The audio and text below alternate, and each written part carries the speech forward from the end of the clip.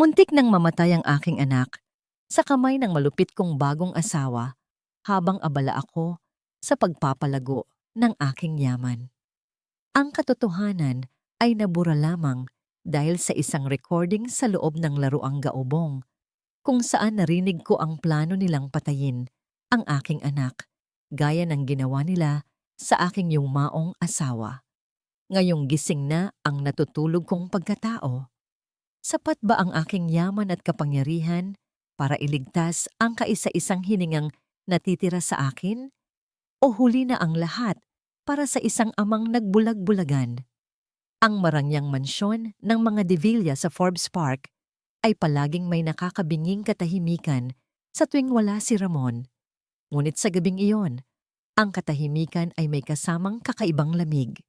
Kararating lamang niya mula sa isang biyahe sa Singapore na tumagal ng 2 linggo. Inaasahan niyang sasalubungin siya ng yakap ng kanyang asawang si Cynthia at higit sa lahat ng munting anghel na si Angelo. Pero wala. Walang mga ilaw na nakabukas sa malawak na sala. Ang tanging liwanag ay nagmumula sa buwan na sumisilip sa matataas na bintana. Ang bawat hakbang niya sa makintab na marmol na sahig ay lumilikha ng alingawngaw, tila isang dayuhan sa sarili niyang pamamahay. Cynthia? Angelo? Tawag niya, ngunit tanging ang sariling boses ang bumalik sa kanya. Dumiretso siya sa malaking dining area, nakahain ng hapunan, isang mamahaling steak, pasta, at alak. Ngunit ang isang plato sa dulo ng mesa, ang maliit na platong para kay Angelo, ay hindi nagalaw. Malamig na ang pagkain, ni hindi man lang nabawasan. Isang kaba ang unti-unting gumapang sa dibdib ni Ramon. Nasaan ang anak niya? 10:00 na ng gabi. Dapat ay mahimbing nang natutulog ang isang 6 na taong gulang na bata. Kinapa niya ang switch ng ilaw at sa isang pindot, nagliwanag ang buong unang palapag. Ang karangyaan ng mga gamit, ang mga painting na gawa ng mga sikat na pintor, ang mga antigo na vase, ay tila walang buhay, walang init ng isang tahanan. Mabilis siyang umakyat sa ikalawang palapag, diretso sa kwarto ng kanyang anak. Dahan-dahan niyang binuksan ang pinto. Angelo, anak? Maayos ang kama. Walang gusot. Walang batang natutulog.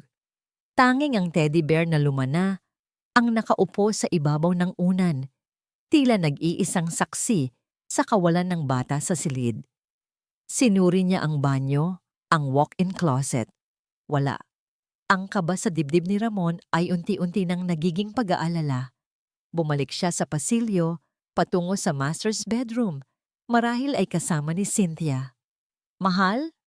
Katok niya bago pumasok. Nakita niya si Cynthia na nakaupo sa harap ng vanity mirror, marahan na nagsusuklay ng mahaba nitong buhok. Nakasuot ito ng isang sedang roba at sa salamin, ngumiti ito nang makita siya. Ramon, mahal, you're home early. Sabi nito sa malamig na boses na tila ba normal ang lahat. Nasaan si Angelo? Iyon agad ang tanong niya. Hindi na nag-abalang sumagot sa bati nito. Nakita niya ang bahagyang pagbabago sa ekspresyon ni Cynthia bago ito muling ngumiti. Ang anak mo? Ah, he's being disciplined. Nagmatigas na naman kasi kanina sa hapunan. You know how kids are. Testing the limits. Anong klaseng disiplina? At nasaan siya? Giit ni Ramon. Ang boses ay may bahid na ng inis. Nasa laundry room. Pinapalabas ko lang ang sama ng loob. Sagot ni Cynthia na parang wala lang. Laundry room? Sa ganitong oras ng gabi? Isang masamang pakiramdam ang biglang bumalot sa buong pagkatao ni Ramon. Hindi na siya nagsalita. Mabilis siyang tumalikod at halos takbuhin ang pasilyo pabalik sa unang palapag. Habang papalapit siya sa dulo ng kusina, kung nasaan ang pinto ng laundry room, may narinig siyang mahinang tunog. Isang tunog ng tubig na marahang kumakawag. Isang tunog ng hikbi. Isang hikbing pinipigilan. Nangatog ang kamay ni Ramon habang binubuksan ang pinto. At doon, ang mundo niya ay gumuho. Sa malamlam na ilaw ng isang maliit na bombilya, nakita niya ang kanyang anak. Ang kanyang munting anghel na si Angelo. Nakatalikod ito, nakaupo sa isang maliit na bangkito sa harap ng isang malaking balde na puno ng mga damit at bula. Ang maliliit nitong braso ay halos lubog sa tubig habang pilit na kinukusot ang isang polong panlalaki. Isang polo na alam niyang sa kanya. Ang damit na suot ng bata ay basa na sa may bandang tiyan. Ang buhok nito ay pawisan at ang mga balikat nito ay nanginginig sa bawat pigil na hikbi. Nanigas si Ramon sa kanyang kinatatayuan. Ang hangin ay tila ninakaw mula sa kanyang mga baga. Ito ba ang disiplina na sinasabi ni Cynthia? Dahan-dahan siyang lumapit. Bawat hakbang ay parang may bigat na 1,000 libra. Hindi siya napansin ng bata.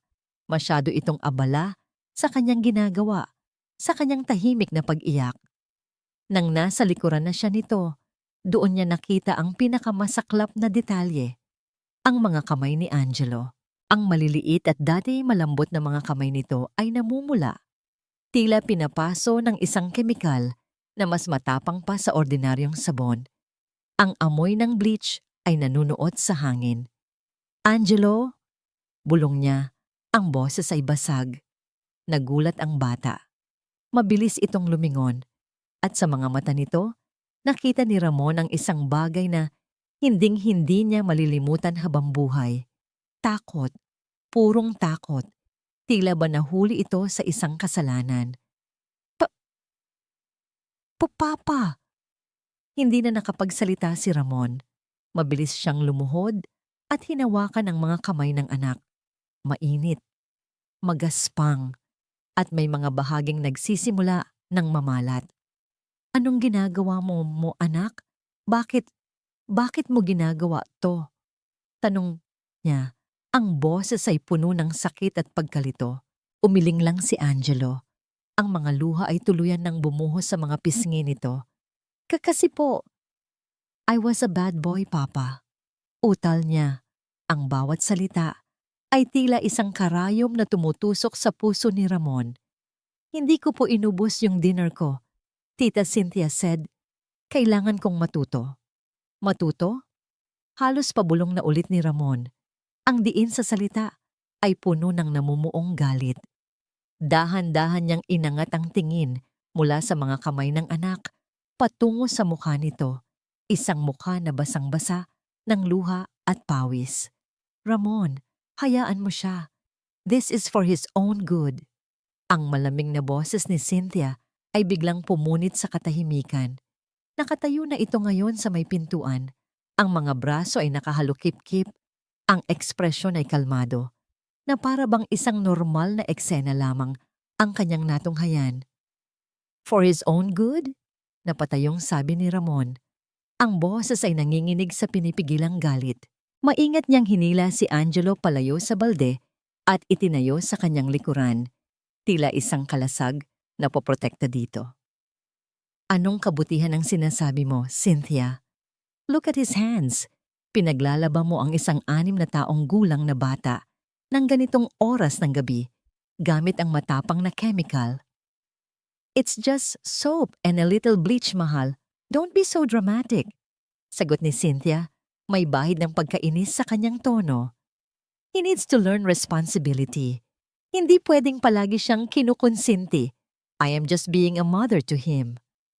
A mother? Napahalakhak si Ramon. Ngunit ang tawa niya ay walang saya. Ito ay tunog ng isang taong nasusuklam. My late wife would never... Hinding-hindi niya gagawin ito sa anak namin. Sa pagbanggit sa yumaong asawa, isang kislap ng galit ang dumaan sa mga mata ni Cynthia. Ngunit mabilis din itong nawala at napalitan ng isang mapagkumbabang ngiti. Lumapit ito. Ang bawat hakbang ay kalkulado.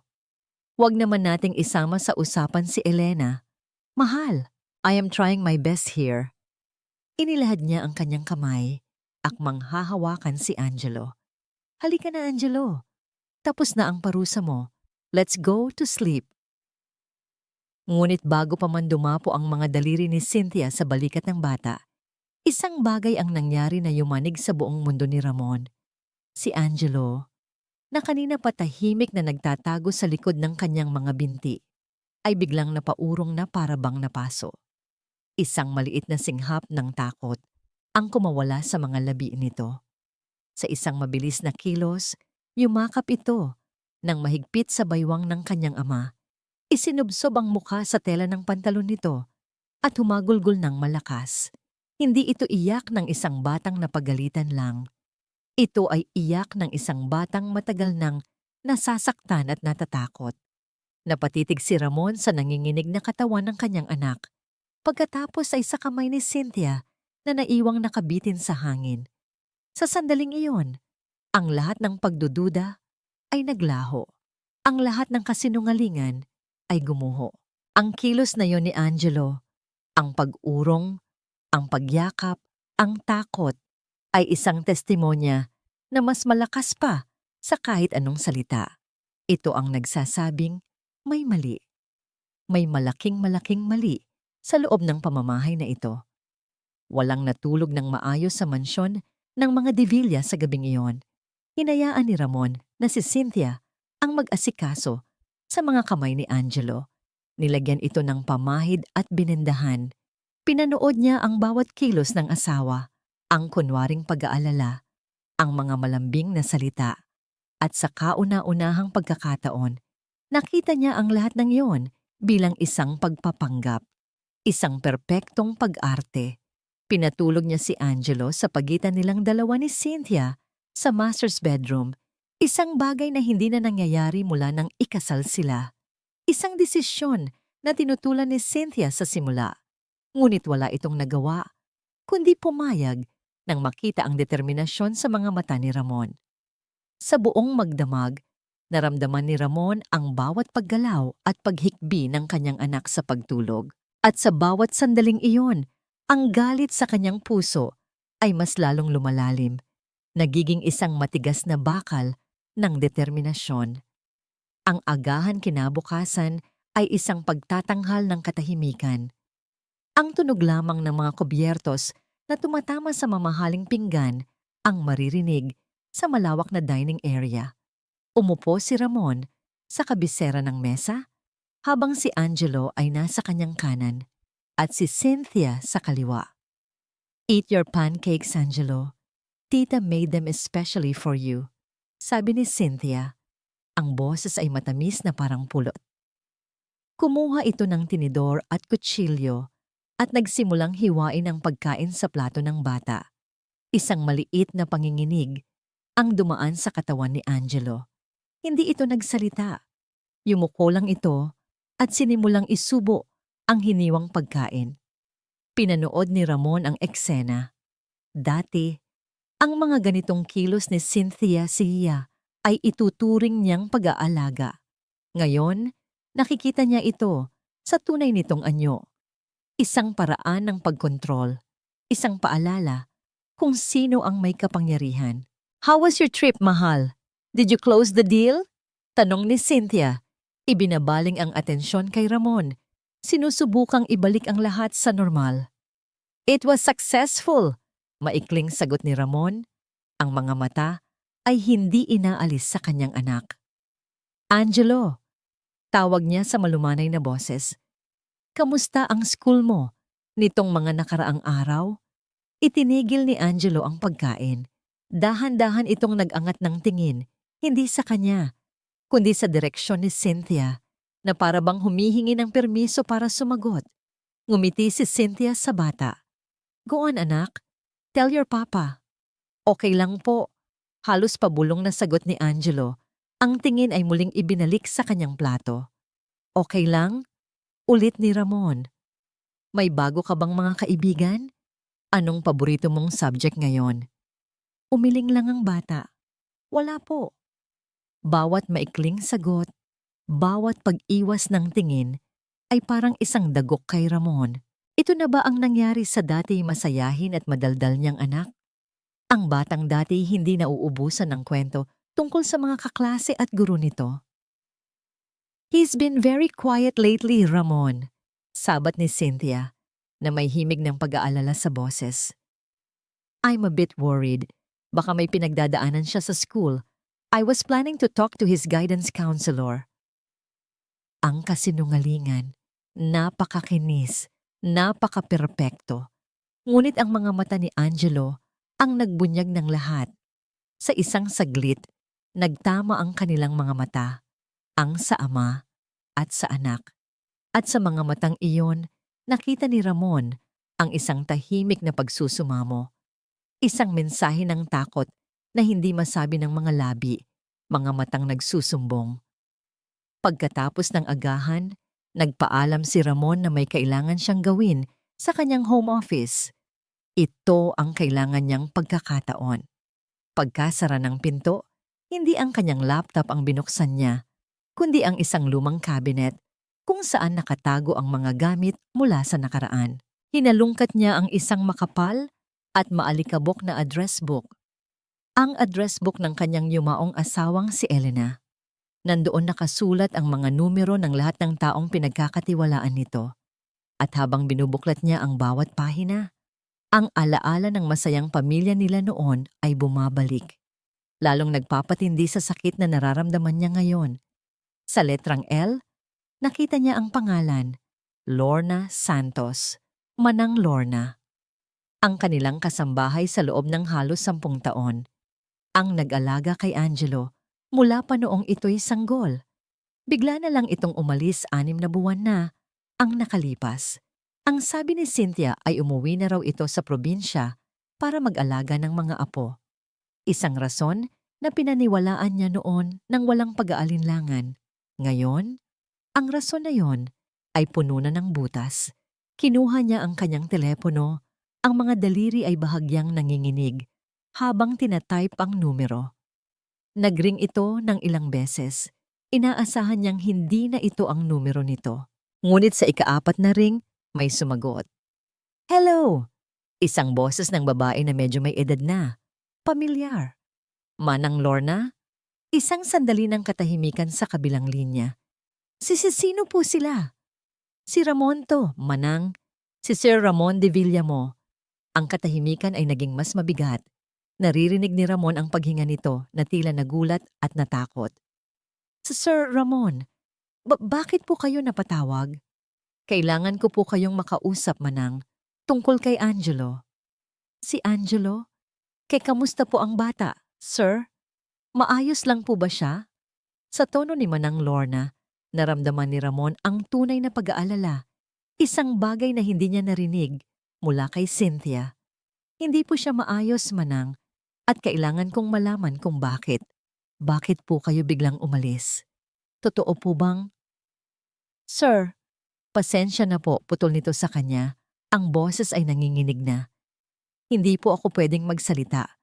May mga bagay po na mahirap na pong balikan. Alam ni Ramon na natatakot ito. Natatakot ito kay Cynthia. Manang, pakiusap. Giit niya. Ibinaba ang boses. Puno ng pagsusumamo. Hindi ko ito ginagawa para sa akin. Para ito sa anak ko. Nakita ko siya kagabi.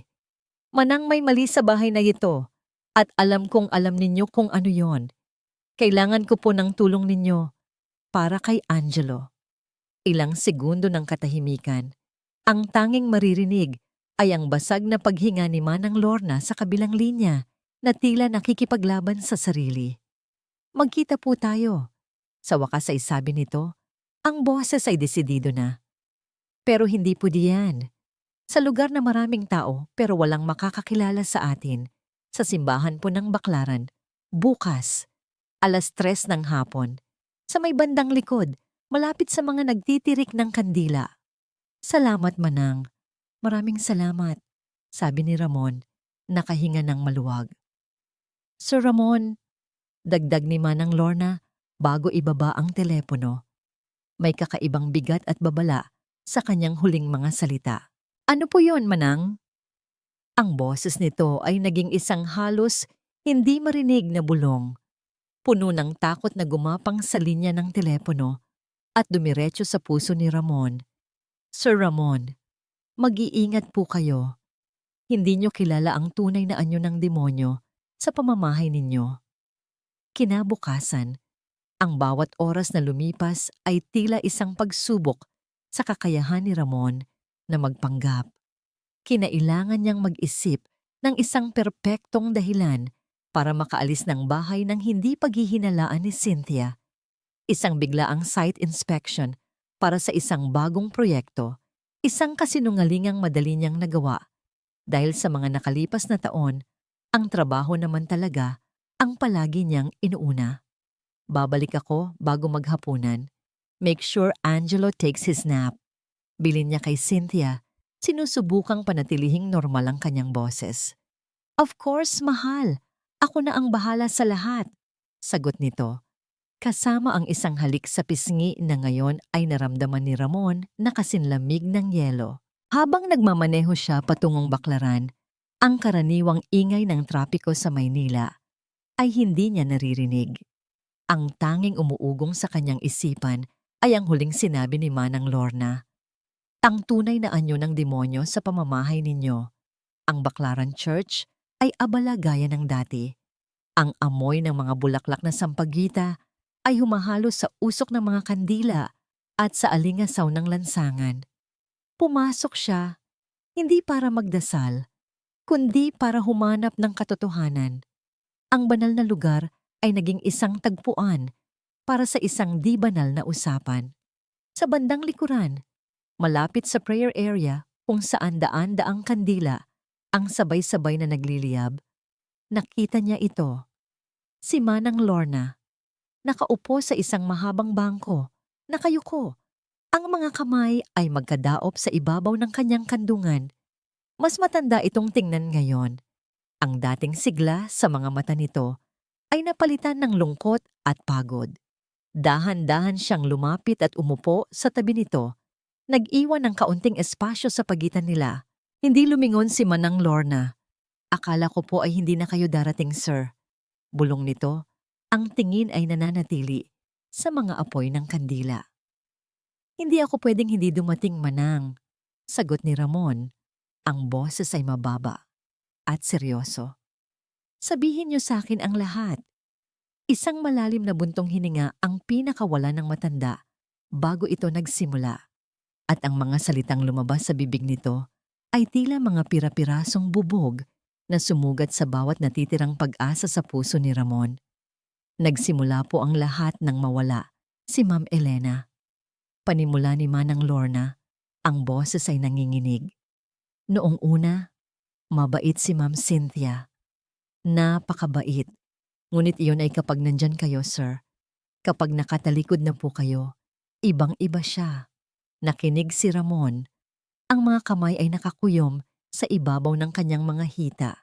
Bawat salita ay parang martilyong pumupukpok sa kanyang dibdib.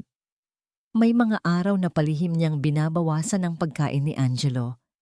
Sasabihin niyang mataba raw ang bata, kailangang magdieta. May mga pagkakataon ding hindi niya ito papakainin ng hapunan dahil lang sa hindi nito naisaulo ng tama ang isang tula. Pagpapatuloy ni Manang Lorna, ang mga luha ay nagsisimula ng mamuo sa gilid ng kanyang mga mata. Naririnig ko siyang tinatawag ang bata na pabigat, na walang silbi. Sinasabi niyang kamukha raw ni Angelo ang ina nito, na mahina at sakitin. Isang nag-aalab na galit ang kumulo sa sikmura ni Ramon. Ang paggamit sa alaala ng kanyang yumaong asawa laban sa sarili nitong anak. Iyon ay isang kasamaan na hindi niya kayang unawain. Bakit hindi niyo sinabi sa akin, Manang? Bakit hindi ka tumawag? Tanong niya. Ang boses ay puno ng pait at pagsisisi. Doon na humagulgol ang matanda. Sinubukan ko po, sir. Isang beses tinawagan ko ang opisina ninyo. Ang sabi ng sekretarya ninyo ay nasa meeting kayo sa ibang bansa. Kinagabihan, hinarap ako ni Ma'am Cynthia. Hindi ko alam kung paano niya nalaman. Sinampal niya po ako. Napapikit si Ramon. Ang bawat revelasyon ay mas masakit kaysa sa nauna. Sinabi niya sa akin na kung magsusumbong pa ako, ipapakulong niya ang anak kong lalaki na nasa probinsya. Gagawa raw siya ng kwento na nagnakaw ako dito sa pamamahay ninyo at idadamay niya ang pamilya ko. Natakot po ako, sir. Patawarin niyo po ako. Natakot ako para sa mga anak ko. Hinawakan ni Ramon ang balikat ng matanda. Wala kayong kasalanan, Manang. Ako. Ako ang may kasalanan. Naging bulag ako. Matapos ang ilang sandali ng pag-iyak, pinunasan ni Manang Lorna ang kanyang mga luha at tiningnan si Ramon ng diretso sa mga mata. Sir, may isa pa po kayong dapat malaman. Isang bagay na palagi kong iniisip. Ano yon? Naalala niyo po ba yung teddy bear ni Angelo? Yung luma na? Tumango si Ramon. Iyon ang teddy bear na nakita niya sa kama ng anak noong gabing umuwi siya. Regalo po yon ni Ma'am Elena bago siya tuluyang nanghina. Kwento ni Manang Lorna, ang mga mata ay tila naglalakbay pabalik sa nakaraan. Nandoon po ako nang ibigay niya iyon kay Angelo. Hinawakan niya ang kamay ng bata at ibinulong, Anak, kapag malungkot ka at wala si Mama o si Papa, ibulong mo lang sa kanya ang lahat. Palagi siyang makikinig sa'yo. Palagi siyang makikinig sa'yo. Ang mga salitang yon ay umalingaw-ngaw sa isipan ni Ramon. Hindi lang ito isang simpleng laruan. Ito ang huling habilin ng isang ina. Isang pangako. Bakit niyo ito sinasabi sa akin, Manang? Dahil pagkatapos pong mawala ni Ma'am Elena, hindi na binitiwan ni Angelo ang osong yon. Dala niya kahit saan. Kinakausap niya kapag akala niya ay walang nakakarinig. Ngunit mula nang dumating si Ma'am Cynthia at nagsimulang magbago ang lahat, napansin kong itinatago na niya ito. Tila ba natatakot siyang makita ni Ma'am Cynthia na hawak niya ito. Isang ideya, isang malayong posibilidad, ngunit isang posibilidad na biglang nagbigay ng kislap ng pag-asa sa gitna ng kadiliman. Paano kung ang pakikinig ng oso ay hindi lang isang matalinhagang salita? Tumayo si Ramon. Ang kanyang isipan ay buo na. Alam na niya ang susunod na hakbang. Salamat, Manang Lorna. Sobrang laki po ng utang na loob ko sa inyo. Huwag po kayong mag-alala. Ako na po ang bahala sa lahat. Sisiguraduhin kong pagbabayaran nila ang ginawa nila sa inyo at sa anak ko. Bago siya tumalikod, muling nagsalita si Manang Lorna. Ang kanyang boses ay mahina, ngunit puno ng kahulugan. Isang huling pahiwatig na magiging gabay ni Ramon. Hanapin niyo po ang oso, sir. Baka naroon ang mga luhang hindi kayang isigaw ni Angelo. Ang paglalakbay pabalik sa Forbes Park ay isang malabong alaala na lamang kay Ramon. Ang kanyang buong isipan ay nakatuon sa isang bagay lamang, ang teddy bear. Ang mga salita ni Manang Lorna ay paulit-ulit na umuugong sa kanyang utak. Isang mantra ng pag-asa at desperasyon. Hanapin niyo po ang oso. Baka naroon ang mga luhang hindi kayang isigaw ni Angelo. Pagpasok niya sa mansyon, sinalubong siya ng isang matamis na ngiti mula kay Cynthia na nag-aabang sa sala. You're back early, mahal? How was the sight? Tanong nito. Lumapit para kunin ang kanyang briefcase. May mga naging problema sa permit. It was a waste of time. Pagsisinungaling ni Ramon. Pilit na pinapakalma ang sarili. Kailangan niyang maging natural. Hindi siya pwedeng magpahalata. I have an emergency conference call with our partners in New York in a few minutes.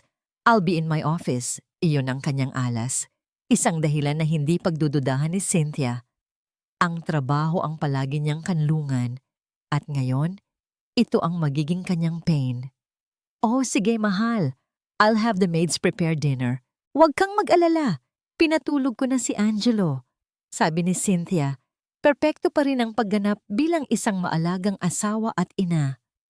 Tumangulang si Ramon at nagmamadaling umakyat sa ikalawang palapag. Ngunit hindi siya dumiretso sa kanyang opisina. Huminto siya sa tapat ng pinto ng kwarto ni Angelo.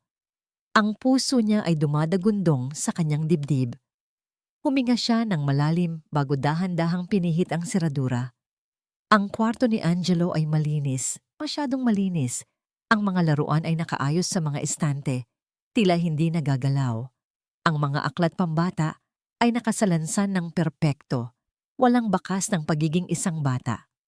Ang hangin sa loob ay malamig at kulang sa buhay, isang refleksyon ng kalagayan ng kanyang anak. Isinara niya ang pinto ng walang tunog. Bawat segundo ay mahalaga. Hindi niya alam kung gaano katagal maniniwala si Cynthia sa kanyang palusot. Sinimulan niya ang paghahanap.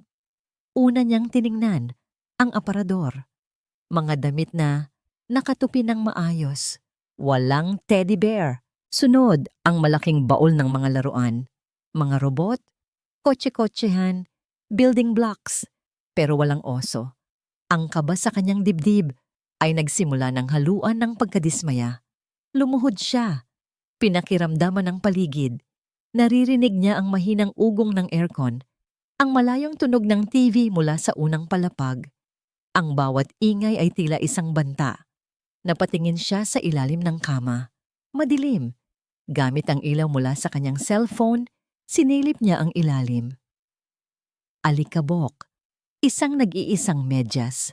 At sa pinakasulok, nakasiksik na tila ba itinago ng pilit ang teddy bear. Kupasin na ang kulay nitong kayumanggi. May kaunting tastas sa may bandang leeg at ang isang mata nitong gawa sa butones ay maluwag na. Ngunit para kay Ramon, ito ang pinakamahalagang bagay sa buong mundo sa sandaling iyon. Halos hindi humihinga. Inabot niya ito. Ang kanyang mga daliri ay nanginginig. Habang marahan niyang hinihila ang laruan, palabas sa madilim na pinagtataguan nito. Malamig ito sa kanyang hawak at amoy luma. Niyakap niya ito sandali, na parabang sa pagyakap na yon ay maririnig niya ang mga kwento ng kanyang anak. Ngunit walang tunog, walang himala. Sinimulan niyang kapain ang katawan ng oso. Malambot ang bulak sa loob, gaya ng inaasahan. Ngunit habang ang kanyang mga daliri ay gumagapang sa may bandang tiyan nito, may naramdaman siyang kakaiba. Isang bagay na matigas. Parihaba ang hugis, hindi ito dapat naroon. Ang puso ni Ramon ay nagsimulang tumibok ng mas mabilis. Ito na ba yon? Ginamit niya ang tastas sa may leeg ng oso bilang butas. Maingat. Dahan-dahan niyang pinalaki ang butas gamit ang kanyang mga daliri. Sapat lang para mailabas kung ano man ang nasa loob. Hinila niya ito palabas. Isang maliit, itim na bagay ang lumabas mula sa katawan ng oso at bumagsak sa kanyang palad. Isang digital voice recorder, isang luma at maliit na modelo. Napatingin si Ramon sa aparato. Ito ang pusong nagsasalita. Ito ang saksi. Ito ang maglalaman ng lahat ng luhang hindi kayang isigaw ni Angelo. Nanginginig ang kanyang hinlalaki habang hinahanap ang play button. Ang bawat segundo ng katahimikan ay tila isang walang hanggan. Nakita niya ang maliit na simbolo ng tatsulok. Huminga siya ng malalim at pinindot ito. Nag-abang siya. Walang nangyari. Pinindot niya ulit. Mas mariin. Wala pa rin. Tiningnan niya ang maliit na screen. Madilim. Walang buhay. Sa gilid ng recorder, nakita niya ang isang pamilyar na tunog na paulit-ulit. Isang mahinang beep-beep na tunog na halos hindi marinig. Ang tunog ng isang aparato na ubos na ang baterya. Isang alon ng pagkadismaya ang humampas kay Ramon. Napakaswerte na sana. Hawak na niya ang susi, ngunit hindi niya mabuksan ang kandado. Binuksan niya ang takip ng baterya sa likod. Tama nga siya. Ang 2 AA na baterya sa loob ay luma na at malamang ay matagal nang naubos. Napasabunot siya sa sariling buhok sa sobrang inis. Nasa kanya na ang ebidensya, ngunit wala itong silbi kung hindi niya mapapagana. At ang mas malaking problema ngayon ay bumabagabag sa kanyang isipan. Isang tanong na mas mahirap sagutin kaysa sa lahat. Paano siya makakakuha ng bagong baterya nang hindi umaalis sa kanyang emergency conference call? Paano siya makakakilos nang hindi napapansin at pinaghihinalaan ni Cynthia? Ang oras ay tumatakbo laban sa kanya. Nakatayo sa likod ng nakasarang pinto ng kanyang opisina, ramdam ni Ramon ang bawat tibok ng kanyang pulso sa kanyang sentido. Ang katahimikan ng silid ay isang kumot na bumabalot sa kanya. Ngunit ito'y isang kumot na hindi nagbibigay ng init, kundi ng pangingilabot. Hawak niya sa isang kamay ang voice recorder. Sa isa naman, ang dalawang baterya na kinuha niya mula sa remote control ng TV sa sala. Kinailangan niyang gumawa ng isa pang palabas. Lumabas siya sandali sa kanyang opisina. Nagkunwaring may problema sa koneksyon at bumaba. Nakita niya si Cynthia na nanonood ng TV, ngunit ngumiti lang ito. Hindi ito naghinala. Ang bawat hakbang niya pabalik ay may bigat. Dala ang mga baterya na parang isang ipinagbabawal na bagay. Ngayon, wala nang hadlang. Nanginginig ang kanyang mga kamay habang binubuksan ang takip sa likod ng recorder at inilalagay ang mga baterya. Isang maliit na click, ang tunog ng pagsara nito. Isang tunog na tila hudyat ng pagsisimula ng isang bangungot. Ang maliit na screen ay umilaw. Isang kulay pula na ilaw ang kumislap. Buhay na ito. Umupo siya sa kanyang mamahaling leather na upuan. Inilagay ang recorder sa ibabaw ng lamesang gawa sa mahogany at pinindot ang play. Sa unang ilang segundo, tanging isang mahinang kaluskos ang maririnig. Tunog ng tela. Marahil ay ang recorder na gumagalaw sa loob ng oso. Pagkatapos, isang boses. Isang boses na napaka-inosente at napakaliit. "Hello, Bear Bear. Papa is not home again. I miss him." Ang boses ni Angelo. Mahina, malungkot. Para itong isang suntok sa sikmura ni Ramon. Ang anak niya, kinakausap ang isang laruan dahil wala ang sarili nitong ama para kausapin. Biglang may isa pang boses na pumasok. Isang boses na matamis at mapaglaro. "Angelo, anong ginagawa mo dyan? Sinong kausap mo?" Ang boses ni Cynthia. Ngunit iba ang dating nito. Ito ang boses na ginagamit nito kapag may ibang tao. Ang boses na ginamit nito para lokohin siya. Narinig ni Ramon ang paggalaw. Pagkatapos ay katahimikan. "Wala po, Tita Cynthia. Kinakantahan ko lang po si Bear Bear." "Kantahan? Akala ko ba sabi ko sa'yo, tapusin mo na yang mga laruan mo at mag-ayos ka na ng gamit? Bakit ang kalat mo pa rin?" Ang tono ay nagsimula ng magbago. Ang tamis ay unti-unting nawawala. "Oo po, aayusin ko na po," sagot ni Angelo. Ang boses ay nanginginig na. "Anong klaseng sagot yan? Wala ka man lang galang. Tingnan mo nga yung sarili mo. Parehas kayo ng nanay mong sakitin. Walang silbi." Napatiim ang bagang ni Ramon. Ang mga kamay niya ay naikuyom sa ibabaw ng mesa. Ang mga kuko ay bumaon sa kanyang palad. Ang pagdadamay sa pangalan ni Elena.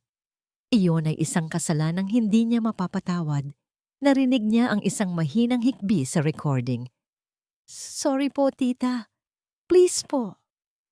"Sorry? Palagi ka nalang sorry. Manang-mana ka talaga sa kanya. Isang pabigat. Sige, pulutin mo lahat yan. At kung hindi mo yan matapos sa loob ng 5 minuto, walang hapunan para sa'yo mamaya. Naiintindihan mo?" Isang malakas na yes po ang narinig ni Ramon, basag sa pag-iyak. Pagkatapos ay tunog ng mga laruang dalidaling inililigpit. Pinindot ni Ramon ang pause. Hindi niya kaya. Ang hangin sa silid ay tila nawala. Sinubukan niyang huminga ng malalim, ngunit ang pumapasok sa kanyang baga ay hindi hangin, kundi purong sakit at pagsisisi. "Ako ang may kasalanan nito. Hinayaan kong mangyari to." Wala ako sa tabi niya. Isang luhang pumatak mula sa kanyang mata. Isang luha ng galit, ng pagsisisi, ng sakit na hindi niya kailanman naramdaman sa buong buhay niya. Pinunasan niya ito ng marahas. Hindi ito ang oras para umiyak. Ito ang oras para makinig. Pinindot niya muli ang play. Ang sumunod na mga recording ay isang koleksyon ng iba't ibang uri ng pagpapahirap sa emosyon.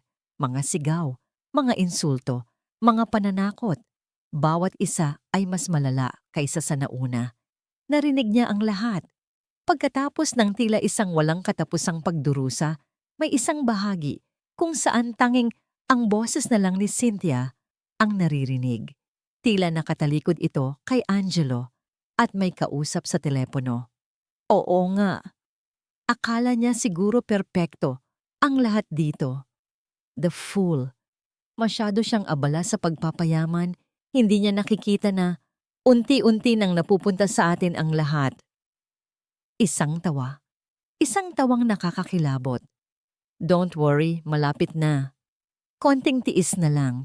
Ang kailangan ko lang gawin ay siguraduhin na ang batang to ay hindi magiging problema sa hinaharap. Ang pag-uusap sa telepono ay natapos. Narinig na lang muli ang kaluskos na tila ibinalik na ang oso sa isang tabi. Nagpatuloy ang katahimikan. Akala ni Ramon ay tapos na ang recording.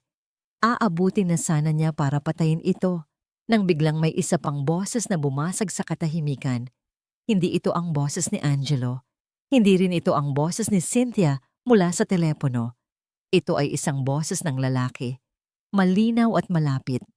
Isang boses na nasa loob mismo ng kwarto. Isang boses na kilalang kilala ni Ramon. Hayaan mo na ang bata, Cynthia. Malapit na nating makuha ang lahat.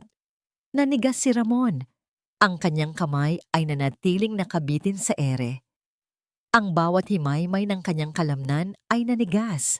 Hindi siya maaaring magkamali. Iyon ang boses ni Attorney David Lim, ang kanyang abogado, ang kanyang pinagkakatiwalaang business consultant, ang ninong ni Angelo, sa binyag. David, anong ginagawa mo dito? Hindi ka pwedeng makita ni Ramon. Narinig niyang sagot ni Cynthia. Ang boses ay may halong gulat at pagkairita. Relax, he's halfway across the globe. At kahit pa umuwi yon, his head is so far up in his empire he wouldn't notice a snake coiling right under his bed. Mayabang na sagot ni David na sinundan ng tunog ng isang halik. I missed you. Ang sikmura ni Ramon ay bumaliktad. Ang pandidiri at galit ay tila asidong umakyat sa kanyang lalamunan. Hindi lang pala ito tungkol sa pera. Isa rin itong pagtataksil sa pinaka-personal na level. I missed you too. Malanding sagot ni Cynthia. Pero delikado pa rin. Mamaya may makakita sa atin. Walang makakakita. At kahit pa may makakita, sinong paniniwalaan niya? Ang mga katulong o ang kanyang tapat na abogado at mapagmahal na asawa? Muling tawa ni David. Kumusta na ang progress natin sa bata? He's becoming more withdrawn, just as planned. Ulat ni Cynthia, ang boses ay naging seryoso at malamig, na para bang isang negosyo ang kanilang pinag-uusapan. Palagi na siyang natatakot, hindi na nagsasalita. A few more incidents, and he'll be the perfect picture of a mentally unstable child. Madali na nating makukumbinsi si Ramon na kailangan niya ng specialized care sa isang malayong lugar. Excellent, sabi ni David. Kapag nawala na ang bata sa eksena, mas madali na nating maisusunod ang plano para kay Ramon. Kapag napirmahan na niya ang special power of attorney na inihahanda ko, the entire De Villa fortune will be in our hands. Ang paghinga ni Ramon ay naging mababaw at mabilis. Naririnig niya ang plano, ang buong balangkas ng kanilang kasamaan, inilatag sa kanyang harapan.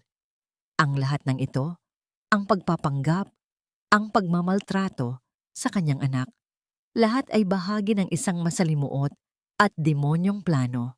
Hinawakan ni Ramon ang gilid ng mabigat na lamesa para suportahan ang sarili. Ang mundo niya ay umiikot. Ang taong pinagkatiwalaan niya ng kanyang negosyo, ng kanyang pamilya, ay ang ahas na matagal na palang nag-aabang para tuklawin siya. Ang recording ay nagpatuloy pa, ngunit hindi na nakikinig si Ramon. Ang kanyang isipan ay lumilipad, pinagdudugtong-dugtong ang lahat. Ang biglaang pag-alis ni Manang Lorna, ang unti-unting pagbabago sa ugali ni Angelo, ang pagpupumilit ni Cynthia na ayusin ang lahat ng papeles ng pamilya sa ilalim ng pangangasiwa ni David. Lahat ng ito ay may kahulugan na ngayon. Nang bigla, isang bahagi ng pag-uusap ang muling pumukaw sa kanyang atensyon, Isang pangungusap mula kay Cynthia na nagpatigil sa pagtibok ng kanyang puso. Madali lang naman to, David. Kung paano ko pinadali ang pagkawala ng una, ganoon din kadali alisin ang pangalawa. Isang nakakabinging katahimikan ang pumuno sa isipan ni Ramon. Ang pagkawala ng una, si Elena. Ang mga salita ay nakabitin sa hangin sa loob ng opisina ni Ramon. Mas mabigat at mas nakakalasong pa sa anumang lason. Kung paano ko pinadali ang pagkawala ng una. Ang una, si Elena. Ang kanyang minamahal na si Elena. Hindi maaari. Baka nagkamali lang siya ng dinig. Baka ibang bagay ang kanilang pinag-uusapan. Isang desperadong pag-asa ang kumapit sa isipan ni Ramon. Isang manipis na hibla sa gitna ng isang paparating na bagyo. Kailangan niyang marinig ang kasunod. Kailangan niyang malaman na mali ang kanyang iniisip.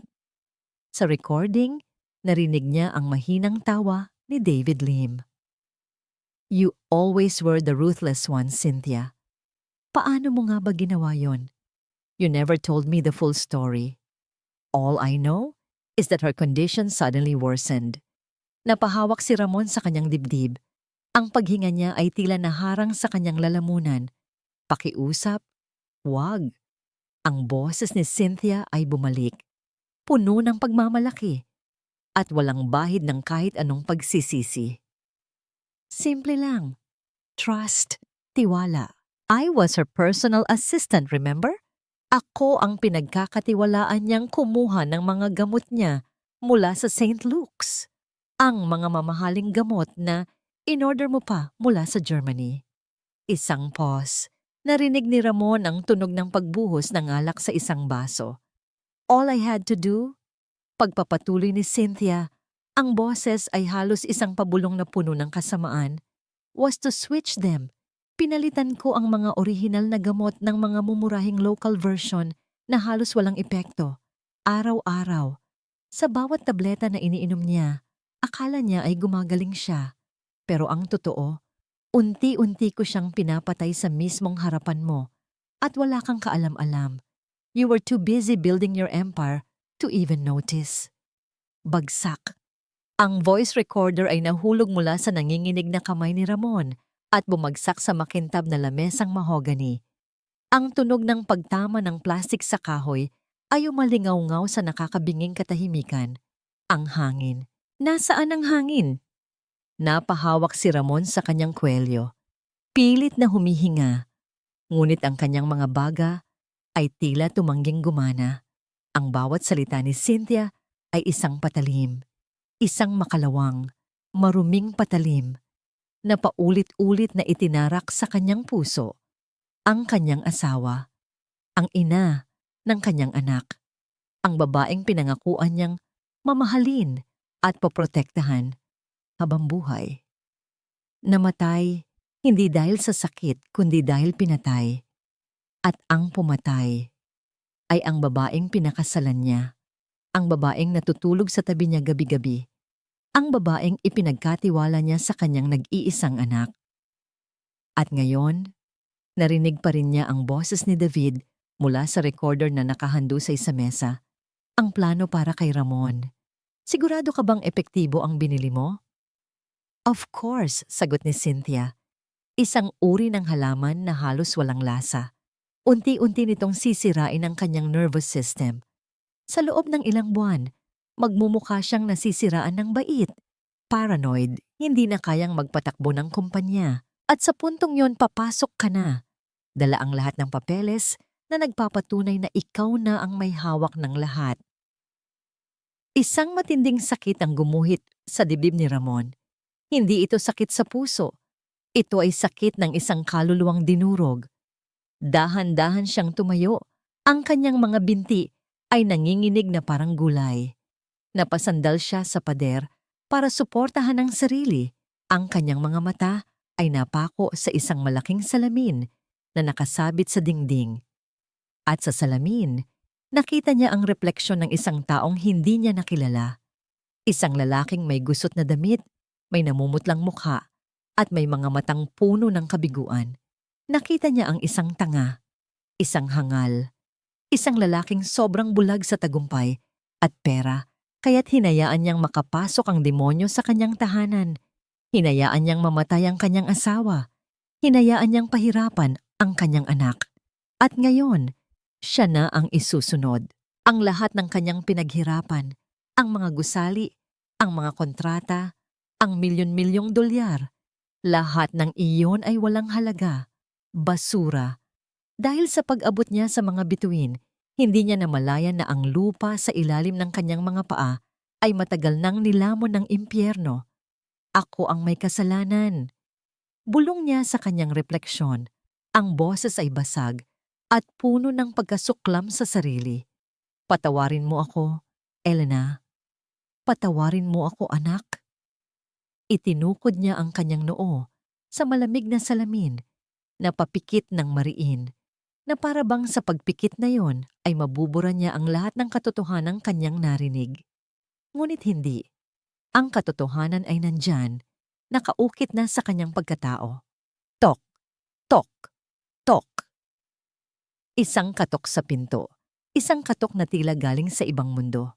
At pagkatapos, isang boses na ngayon ay nagdudulot ng matinding kilabot sa kanyang buong sistema. Isang boses na matamis, malambing, at puno ng lason. Mahal, ayos ka lang ba dyan? Handa na ang hapunan. Sa isang sulok ng isang mamahaling speakeasy bar sa Bonifacio Global City, kung saan ang halaga ng isang basong cocktail ay katumbas ng isang linggong sahod ng karaniwang tao, nakaupo si Cynthia Reyes. Perpekto ang kanyang anyo. Nakasuot siya ng isang itim na silk dress na yumayakap sa kanyang katawan. Ang kanyang buhok ay nakaayos sa isang eleganteng bun at ang kanyang mga labi ay pininturahan ng kulay dugong lipstick. Sino man ang makakita sa kanya ay iisiping isa siyang makapangyarihang babae na naghihintay para sa isang business meeting. At sa isang banda, tama sila. Ito nga ay isang business meeting, ang negosyo ng pagwasak ng isang pamilya.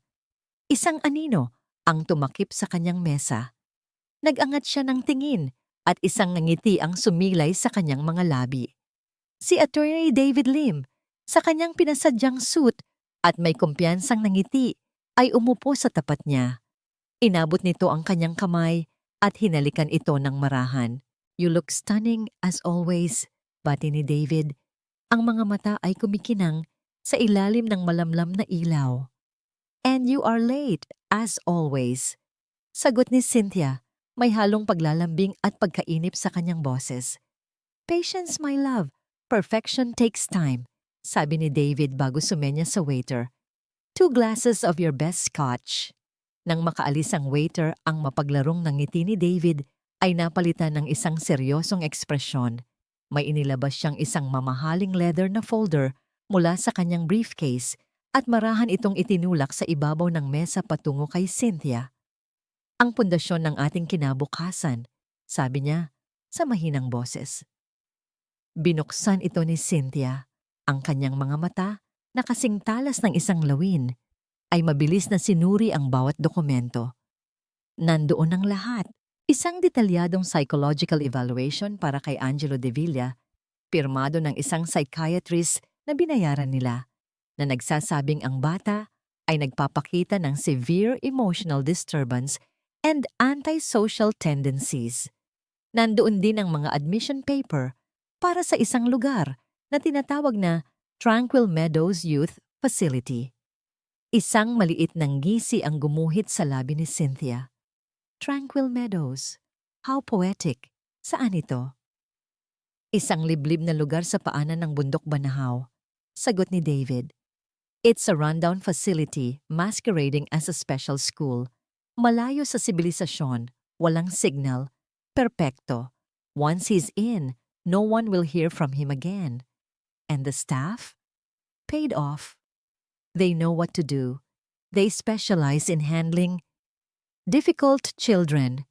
Sabi ni David, ang huling salita ay may diin na nagpapahiwatig ng isang mas madilim na kahulugan. Isinara ni Cynthia ang folder. Good. Everything is perfect. Tumingin siya sa kanyang baso. Pinapaikot-ikot ang yelo sa loob. Ang tranquil meadows na yan, I can already imagine it. Amoy ng lumang building at Lysol, mga bintanang may bakal na rehas, at mga batang may mga matang blangko na, matagal nang sumuko. Isang panginginig ng kasiyahan ang dumaan sa kanyang katawan. Ang paghihiganti niya kay Elena, sa alaala nito, ay malapit ng maging kumpleto. Ang bunga ng pag-ibig nito ay malalanta sa isang lugar kung saan walang sino man ang makakarinig sa kanyang pag-iyak.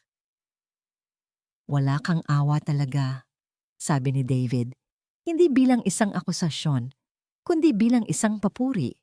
Awa is for the weak, sagot ni Cynthia bago uminom mula sa kanyang baso. Para sa mga taong tulad ni Elena.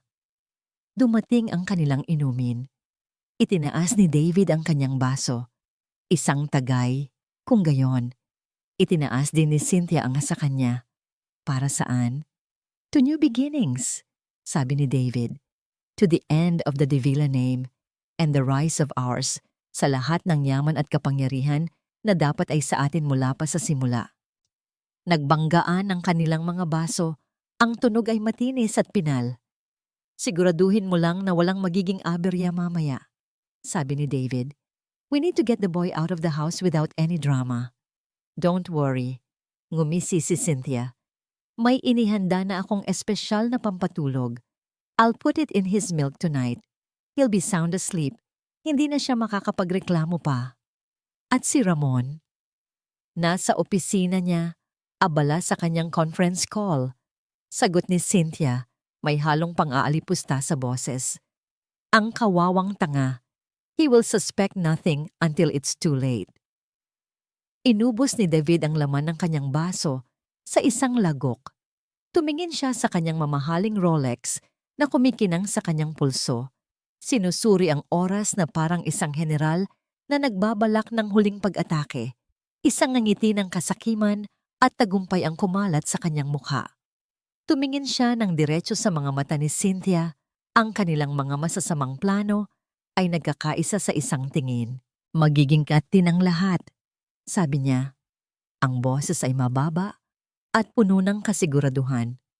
Pagsapit ng hating gabi. Ang hapunan sa gabing iyon ay ang pinakamahabang hapunan sa buong buhay ni Ramon.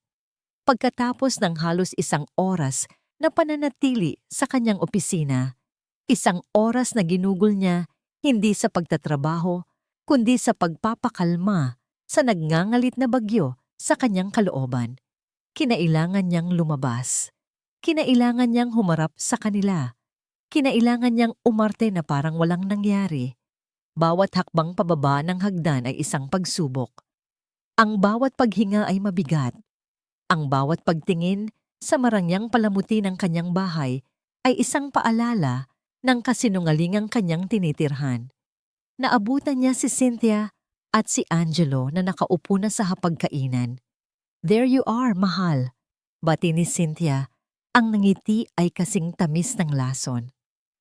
Tamang-tama lang, nagugutom na si Angelo. Umupo si Ramon sa kanyang pwesto. Ang lamesa ay puno ng pagkain, roasted chicken, carbonara, sari-saring ulam. Ngunit para sa kanya, ang lahat ng ito ay parang abo. Tumingin siya kay Angelo. Ang kanyang anak ay tahimik, nakayuko. Pinaglalaruan ang tinidor sa kanyang plato. Nakita ni Ramon ang bahagyang pangingitim sa ilalim ng mga mata nito. Pagod, malungkot. Ang puso ni Ramon ay nagdugo para sa kanya. Kailangan niyang ilayo ang kanyang anak dito. Ngayon na. Ngunit paano? Hawak niya ang katotohanan. Ngunit ang katotohanan iyon ay isang bomba na maaari ring sumabog sa kanyang mukha. Hindi niya alam kung sino pa ang kakampi ni Cynthia at David. Kung gagawa siya ng maling hakbang, baka lalo lang niyang mailagay sa panganib si Angelo. Kailangan niyang mag-isip. Kailangan niya ng plano. Kailangan niya ng oras. Oras. Ang bagay na wala siya. Here, Angelo. Drink your milk. Pampahealthy yan, sabi ni Cynthia. Inilalapit ang isang baso ng gatas sa bata. Nag-angat ng tingin si Angelo, tiningnan ng gatas. Pagkatapos ay tumingin kay Ramon. Isang tingin na puno ng pag-aalinlangan. Ngunit sa ilalim ng matalim na titig ni Cynthia, wala itong nagawa, kundi kunin ang baso at dahan-dahang inumin ito. Napanood ni Ramon ang bawat lagok. May inihanda na akong espesyal na pampatulog. I'll put it in his milk tonight. Ang mga salita mula sa recording ay umalingaw-ngaw sa kanyang isipan na parang kulog. Nais niyang sumigaw. Nais niyang agawin ang baso at itapon ito sa pader. Nais niyang kaladkarin si Cynthia palabas ng bahay na ito, ngunit pinigilan niya ang sarili. Isang maling galaw at tapos ang lahat. Kumain ka na, Ramon. Lumalamig na yung pagkain mo, sabi ni Cynthia na para bang isa siyang normal na asawa na nag-aalala sa kanyang kabiyak. Pinilit ni Ramon na ngumiti. Kumuha siya ng pagkain, isinubo ito, ngunit hindi niya malasahan. Ang kanyang buong atensyon ay nasa kanyang anak na unti-unti nang nagpapakita ng antok. Ang mga mata nito ay bahagyang pumuplungay. Ilang beses itong humikab. Mukhang inaantok na ang baby boy natin. Puna ni Cynthia. May pekeng paglalambing sa boses. Ang demonyo. Isang perpektong demonyo na nag-aanyong anghel. Biglang tumunog ang cellphones ni Cynthia. Tiningnan niya ito at isang maliit na ngiti ang suminilay sa kanyang labi. "Excuse me for a moment," sabi nito bago tumayo at lumayo ng kaunti. Sa may bintana na nakatanaw sa labas ng mansyon, sinundan siya ng tingin ni Ramon. Kahit nakatalikod, sapat na ang lakas ng pandinig ni Ramon para makuha ang ilang salita sa kanyang ibinubulong na pakikipag-usap. "Opo, opo, parating na. Siguraduhin niyong walang makakakilala sa sasakyan." "Yes, mga 12:00, tulog na ang lahat. Be ready, 2:00, hating gabi." Ang puso ni Ramon ay tila huminto sa pagtibok. Hindi ito bukas, hindi sa susunod na linggo, ngayong gabi. Ang plano ay isasagawa ngayong gabi. Isang malamig na pawis ang bumalot sa kanyang noo. Napatingin siya sa orasan sa dingding. 10:30 na. Mayroon na lamang siyang wala pang 2 oras. 2 oras para mailigtas ang kanyang anak mula sa isang impyernong walang katapusan. Nang bumalik si Cynthia sa mesa, tapos na ang usapan. Ang nangiti nito ay mas malawak na ngayon. "Wrong number," sabi nito. Isang halatang kasinungalingan. Tumingin si Ramon kay Angelo. Ang ulo nito ay nakatungo na sa dibdib. Ang paghinga ay malalim na. Mahimbing na itong natutulog, isang biktima ng kanilang kasamaan. Napatingin si Ramon sa bintana, sa direksyon kung saan nakatingin si Cynthia kanina. At sa dilim sa labas ng kanilang bakuran, sa kabilang kalye, mayroon siyang naaninag. Isang itim na van, walang plaka, madilim ang mga bintana, nakaparada sa ilalim ng isang puno, nag-aabang. Nandito na sila. Naramdaman ni Ramon ang pagbagsak ng kanyang mundo. Ang lahat ng pader ay tila papalapit sa kanya, dinudurog siya. Huli na ba ang lahat? Paano siya lalaban? Nag-iisa siya laban sa 2 ahas na matagal nang pinaplano ang bawat galaw. Wala siyang kakampi, wala siyang oras. Sa sandaling iyon, sa gitna ng kanyang marangyang hapagkainan, sa harap ng kanyang natutulog na anak at ng kanyang asawang mamamatay tao, naramdaman ni Ramon de Villa ang tunay na kahulugan ng pagkatalo. Ang pakiramdam ng pagkatalo ay tumagal lamang ng ilang segundo sa kalooban ni Ramon. Ngunit sa ilang segundong iyon, isang bagay ang nagbago. Ang takot na dumadaloy sa kanyang mga ugat ay biglang nagyelo. At mula sa nagyelong takot na yon, isang apoy ang sumiklab. Hindi ito apoy ng galit lamang. Ito ang apoy ng isang ama. Ang pinaka-primitive at pinaka-makapangyarihang damdamin na kayang maramdaman ng isang tao. Ang instinct na protektahan ang sarili niyang supling. Hindi siya talo. Hindi pa. Hanggat humihinga siya, lalaban siya. Inaantok na talaga siya, sabi ni Ramon.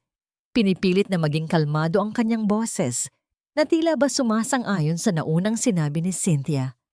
Ako na ang mag-aakyat sa kanya sa kwarto niya. Bago pa man makatutol si Cynthia, maingat ngunit mabilis na binuhat ni Ramon si Angelo mula sa upuan. Ang kanyang anak ay malambot at mabigat sa kanyang mga braso. Ang paghinga nito ay malalim at panatag. Isang inosenteng anghel na walang kamalay-malay sa panganib na nag-aabang. Okay, mahal. Just be gentle, sabi ni Cynthia. Malinaw ang kasiyahan sa kanyang mukha. Para sa kanya, ang lahat ay umaayon sa plano. Habang paakyat ng hagdan si Ramon, ang kanyang isipan ay tumatakbo ng mas mabilis pa sa isang supercomputer. Plano. Kailangan niya ng plano. Kailangan niya ng tulong. Kailangan niya ng mga kakampi. Pagpasok niya sa kwarto ni Angelo, marahan niyang inihiga ang bata sa kama. Hinalikan niya ito sa noo, isang halik na puno ng pangako. Hindi ka nila makukuha, anak. Bulong niya. Ipinapangako ko yan. Mabilis niyang isinara ang pinto at sa isang kilos na puno ng determinasyon, nilak niya ito mula sa loob. Walang makakapasok, walang makakalabas. Ang kanyang unang ginawa ay kunin ang kanyang cellphone. Sa nanginginig ngunit determinadong mga daliri, hinanap niya ang isang numero sa kanyang contacts, hindi numero ng pulis. Masyadong maraming tanong, masyadong matagal ang proseso. Kailangan niya ng taong mapagkakatiwalaan, isang taong may utang na loob sa kanya. Si Mr. Santos, ang pinuno ng kanyang personal security team, isang retiradong koronel. Nagring ito ng isang beses, 2 beses.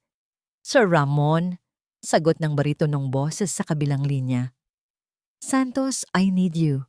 Now, sabi ni Ramon. Ang boses ay mababa at apurado. Bring your best men. Quietly, I'm sending you my location. Huwag kayong magpapakita sa main gate. Dumaan kayo sa likod na pader. May isang itim na van na walang plaka sa labas. I-neutralize nyo ang mga sakay, but I want them conscious. Walang putukan. Walang ingay. Do you understand? Understood, sir. We're on our way. ETA 15 minutes. Walang tanong na sagot ni Santos. Pagkababa ng tawag, agad siyang nag-dial ng isa pang numero. Manang Lorna? Sa Sir Ramon, gabi na po. Manang, kailangan ko po kayo ngayon. Dito sa bahay, magpapadala ako ng isa sa mga security ko para sunduin kayo. Huwag po kayong matakot. Kailangan ko po ng saksi. Kailangan po kayo ni Angelo.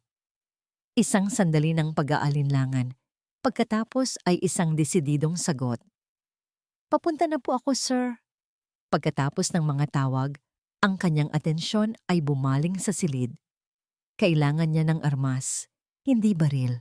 Isang bagay na mas makapangyarihan. Ang katotohanan. Kinuha niya ang voice recorder mula sa kanyang bulsa at ang kanyang cellphone. Mabilis niyang ikinonekta ang dalawa gamit ang Bluetooth. Pagkatapos, ikinonekta niya ang kanyang cellphone sa maliit na Bluetooth speaker na laging dala ni Angelo kapag nakikinig ito ng mga nursery rhymes.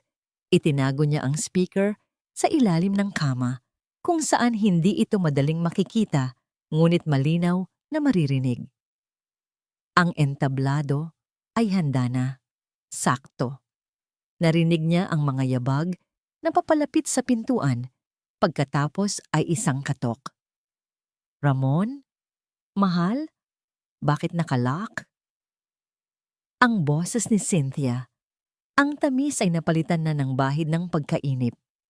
Hindi sumagot si Ramon. Hinawakan niya ang doorknob. Ang kanyang puso ay handa na. Ramon, buksan mo to? Anong ginagawa mo dyan? Sigaw ni Cynthia. Mas malakas na ngayon. Narinig niya ang isa pang boses, si David. May problema ba, Cynthia? Nakalock ang pinto. Hindi niya binubuksan. Nagkaroon ng malalakas na kalabog sa pinto. Sinusubukan na nilang sirain ito. Hinintay ni Ramon ang tamang pagkakataon. Nang maramdaman niyang malapit nang bumigay ang kahoy na pinto. Plug. Ang pinto ay bumukas ng malakas. Pumasok si David. Kasunod ang dalawang lalaking malalaki ang katawan na hindi niya kilala. Sa likod nila, si Cynthia, ang muka ay puno ng galit at pagtataka. Nakatayo si Ramon sa gitna ng silid, ang kanyang katawan ay isang pader sa pagitan nila at nang natutulog na si Angelo. Anong ibig sabihin nito, Ramon? Galit na tanong ni Cynthia. Ngumisi si David, isang ngisi ng isang ahas na sigurado na sa kanyang tagumpay. Inilahad nito ang isang folder ng mga dokumento, ang parehong folder na nakita ni Cynthia sa bar. Wala ka nang magagawa, Ramon. Nasa amin ang kustodya, deklara ni David. Ang boses ay puno ng pagmamayabang. The court has granted us temporary custody based on this psychological evaluation. The boy is a danger to himself. Dadalhin na namin siya sa isang lugar kung saan siya maalagaan. Ang dalawang lalaki ay nagsimulang humakbang palapit kay Angelo. Itinaas ni Ramon ang kanyang kamay, hindi para pigilan sila, kundi para ipakita ang cellphone na hawak niya. Ang kanyang hinlalaki ay nakatapat sa isang icon sa screen, ang play button. Isang hakbang pa, sabi ni Ramon. Ang boses ay malamig at matalim na parang patalim, at maririnig ng buong mundo ang sigaw ng isang ama. Isang nakakabinging katahimikan ang namayani sa loob ng kwarto ni Angelo. Ang lahat ng mga mata ay nakatuon kay Ramon at sa cellphone na hawak niya. Ang pagmamayabang sa mukha ni David Lim ay napalitan ng bahagyang pagkalito. Si Cynthia naman, na kanina'y nag-aapoy sa galit, ay nagpakita ng kislap ng pag-aalinlangan. Anong pinagsasasabi mo, Ramon? Are you going insane? Si Cynthia ang unang bumasag sa katahimikan. Sinusubukang bawiin ang kontrol. Give me that phone. Isang hakbang, ulit ni Ramon. Ang kanyang mga mata ay matalim na nakatitig kay David. At sisirain ko hindi lang ang reputasyon ninyo, kundi ang buong buhay ninyo. Isang mapanuyang tawa ang kumawala kay David. Huwag ka nang magsayang ng oras, Ramon. Tapos na ang laro. Kunin niyo na ang bata. Utos niya sa dalawang tauhan. Ngunit bago pa man makagalaw ang dalawang lalaki, ang hinlalaki ni Ramon ay marahang dumampi sa screen. Isang click. At pagkatapos, isang boses ng bata, mahina at malungkot, na biglang pumuno sa buong silid, nagmumula sa speaker na nakatago sa ilalim ng kama. Hello, Bear Bear. Papa is not home again. I miss him. Napatigil ang lahat. Ang mukha ni Cynthia ay biglang namutla na parang papel. Ang kanyang mga mata ay nanlaki sa gulat at hindi makapaniwalang pagkilala.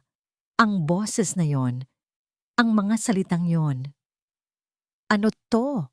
Bulong ni David, lumingalinga sa paligid, hinahanap kung saan nanggagaling ang tunog. At pagkatapos, ang boses ni Cynthia mula sa recording ay umalingaw-ngaw, matamis at mapagpanggap. Angelo, anong ginagawa mo dyan? Sinong kausap mo? Ang kulay sa mukha ni Cynthia ay tuluyan ng nawala. Napaurong siya ng isang hakbang, ang kanyang mga mata ay napako sa cellphone na hawak ni Ramon na para bang iyon ay isang ahas na handa siyang tuklawin. Ang recording ay nagpatuloy, walang awa.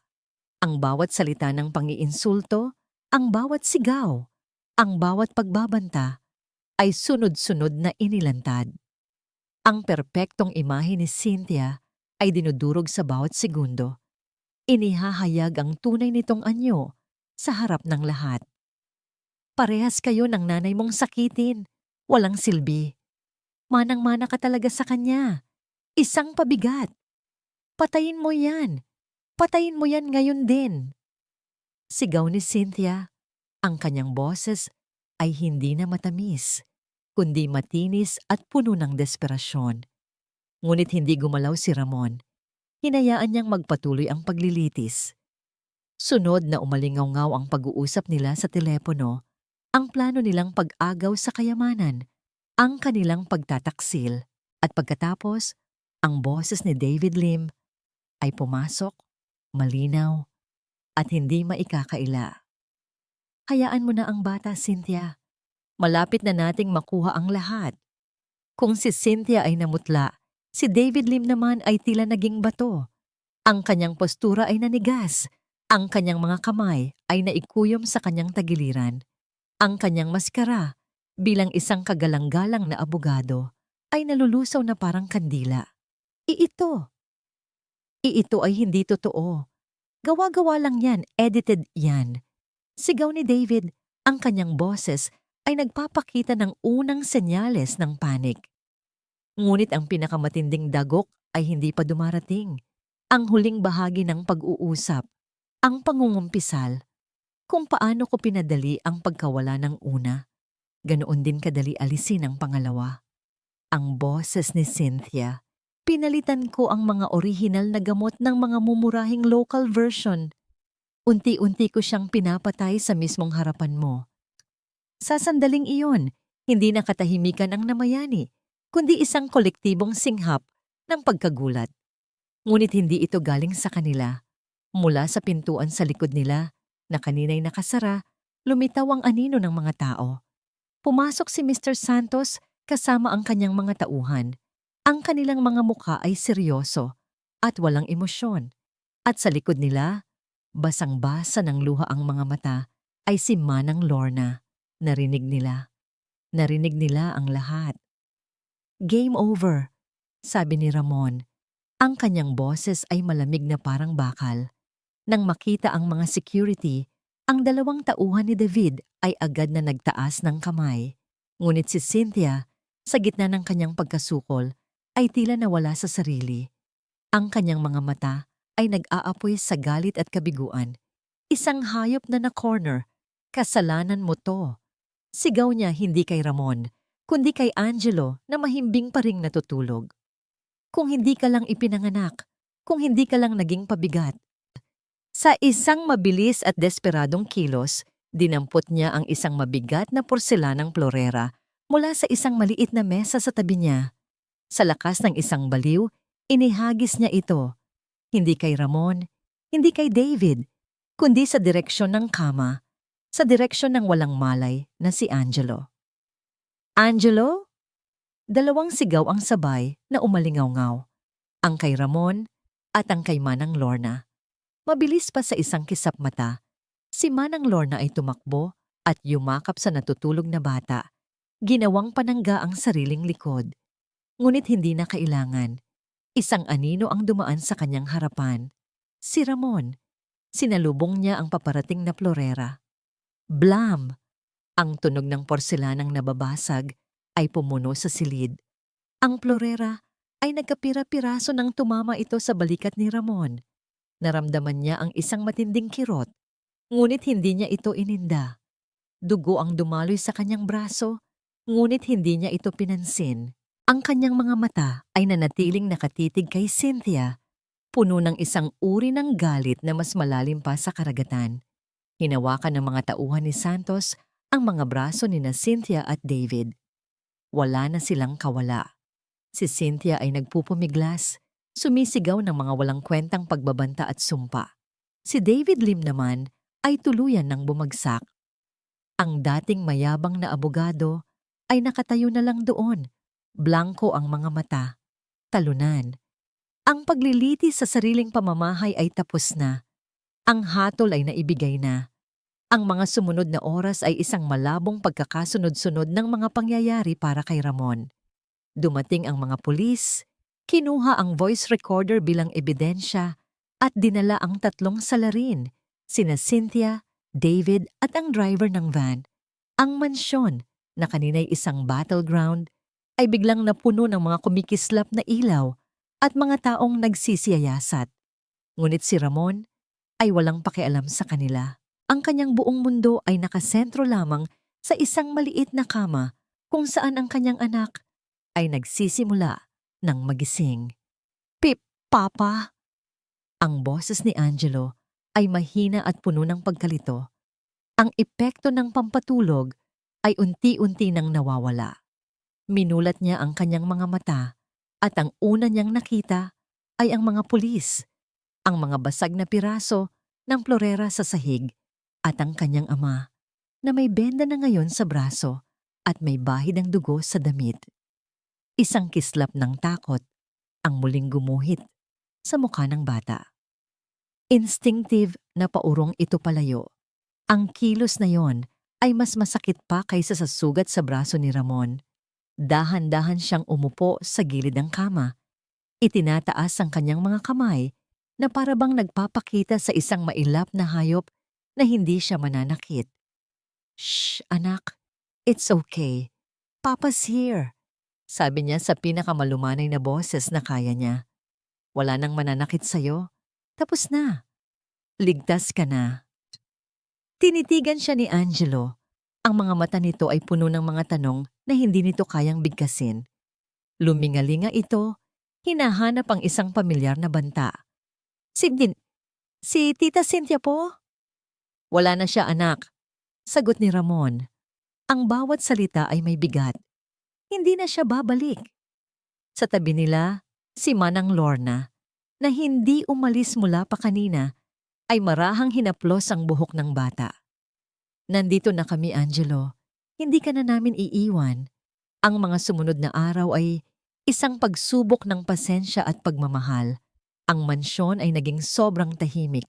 Ang lahat ng mga kasambahay na kinuha ni Cynthia ay pinaalis ni Ramon. Si Manang Lorna lamang ang nanatili. Ang kanyang presensya ay isang konstateng paalala ng katapatan at pag-aalaga. Si Angelo ay hindi na halos nagsasalita. Madalas, nakaupo lang ito sa isang sulok. Yakap-yakap ang kanyang teddy bear na ngayon ay nasa tabi na niya palagi. Madali siyang magulat sa malalakas na tunog at sa gabi, binabangungot siya. Sumisigaw ng mga salitang hindi maintindihan. Alam ni Ramon na ang mga sugat ng kanyang anak ay mas malalim pa sa mga pasa o galos na nakikita. Ito ay mga sugat sa kaluluwa, mga sugat na iiwan ng peklat habang buhay. At alam din niyang siya ang may kasalanan. Ibinuhos ni Ramon ang lahat ng kanyang oras kay Angelo. Hindi na siya pumasok sa opisina. Ang lahat ng tawag mula sa kumpanya ay hindi niya sinasagot. Ang kanyang imperyo ay maaaring gumuho. Wala siyang pakialam. Ang tanging mahalaga ngayon ay ang pagbuo muli sa nasirang mundo ng kanyang anak. Sinubukan niyang gawin ang lahat ng mga bagay na matagal na niyang hindi ginagawa. Mga bagay na dapat ay ginagawa ng isang ama. Nagbabasa siya ng mga kwentong pambata sa gabi, kahit na ang tanging tugon na nakukuha niya ay katahimikan. Naglalaro sila ng mga building blocks sa sahig, kahit na si Ramon lang ang nag-iisang nagtatayo ng mga tore. Dinadala niya ito sa hardin. Tinuturo ang mga bulaklak at mga paru-paro. Umaasang makakita ng kahit na maliit na kislap ng interes sa mga mata nito. Mabagal ang proseso. May mga araw na tila wala silang nararating. At ang pader, sa pagitan nilang mag-ama, ay napakataas pa rin. Ngunit hindi sumuko si Ramon. Sa bawat pagtanggi, sa bawat pag-iwas ng tingin, mas lalo lang niyang ipinapaalala sa sarili ang mga taon na nawala sa kanila. Ang mga taon na pinili niya ang trabaho kaysa sa kanyang sariling anak. Ito ang kanyang parusa. Ito ang kanyang pagbabayad puri.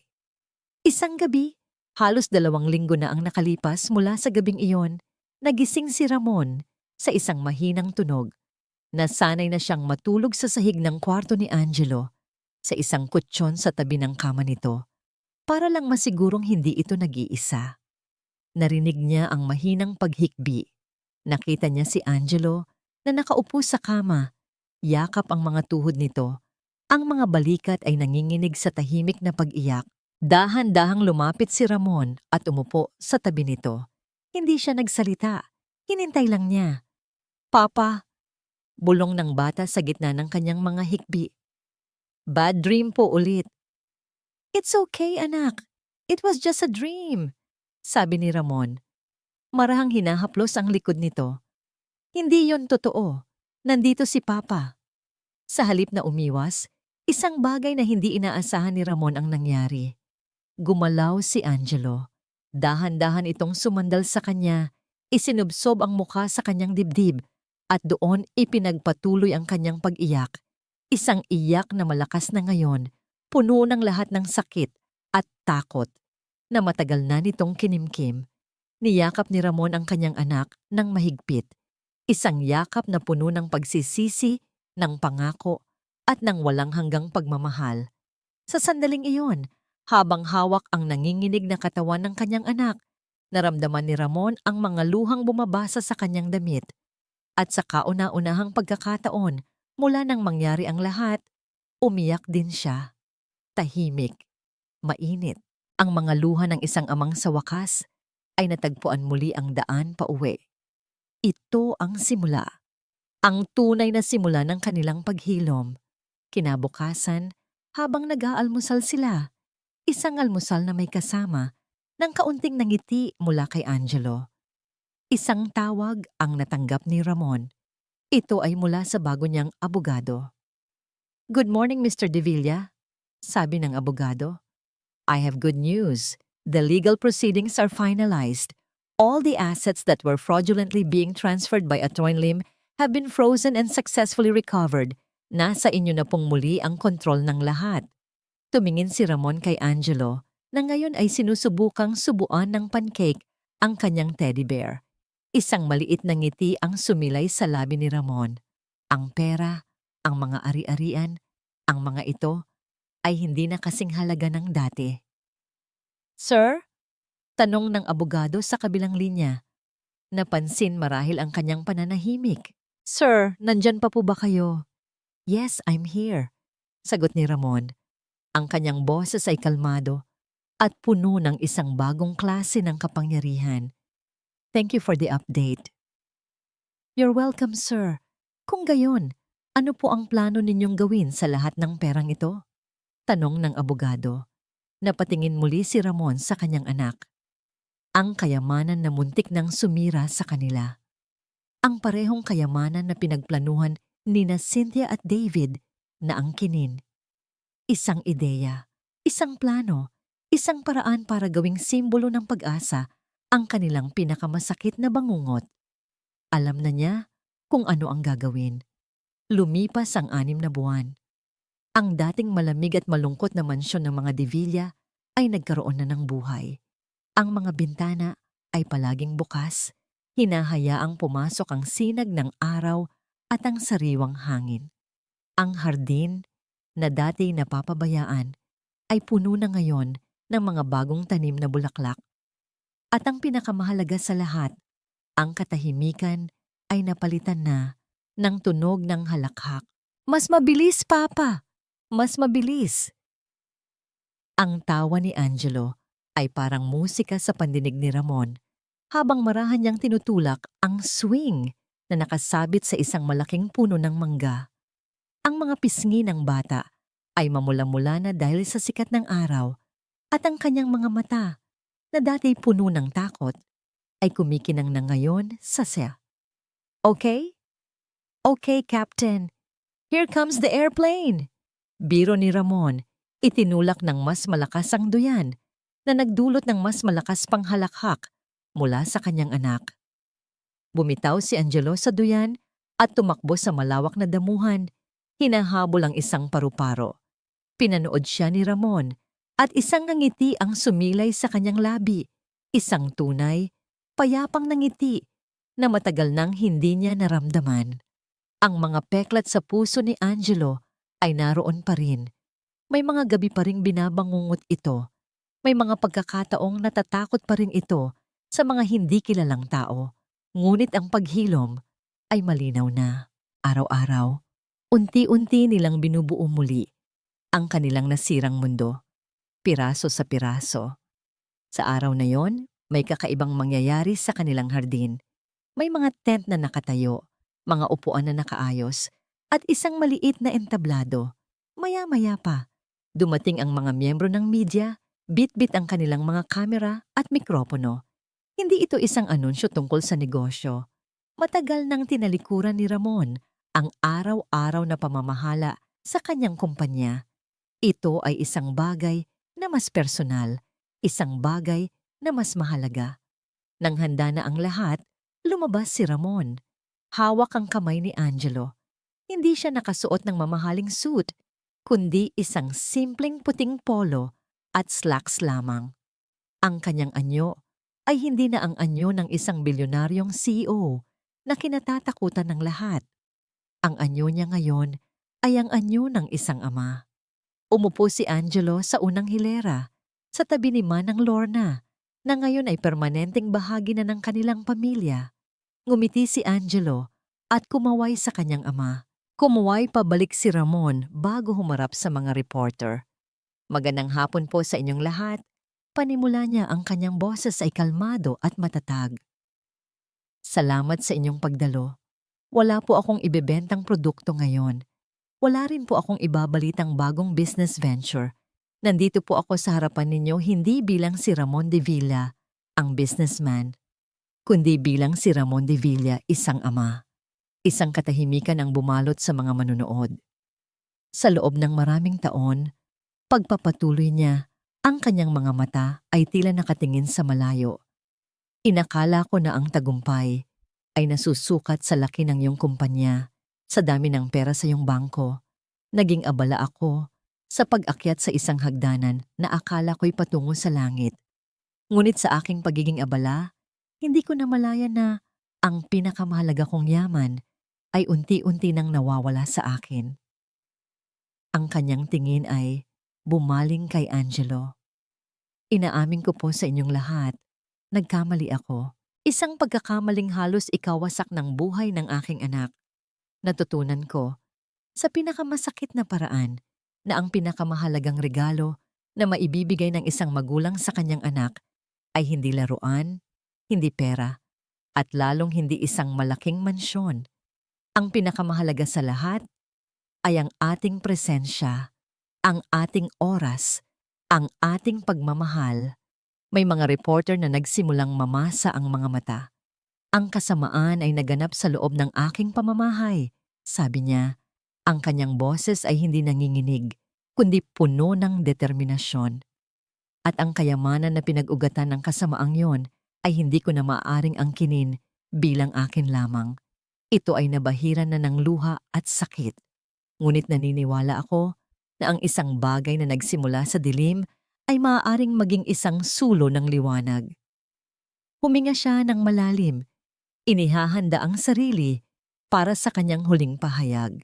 Dahil dito, sa araw na ito, buong puso kong ipinapahayag na ang lahat ng mga ari-arian na sangkot sa kasong ito ay gagamitin para itatag ang isang non-profit organization, isang pundasyon na ang tanging layunin ay ang sagipin, protektahan at tulungan ang mga batang biktima ng pang-aabuso sa buong Pilipinas.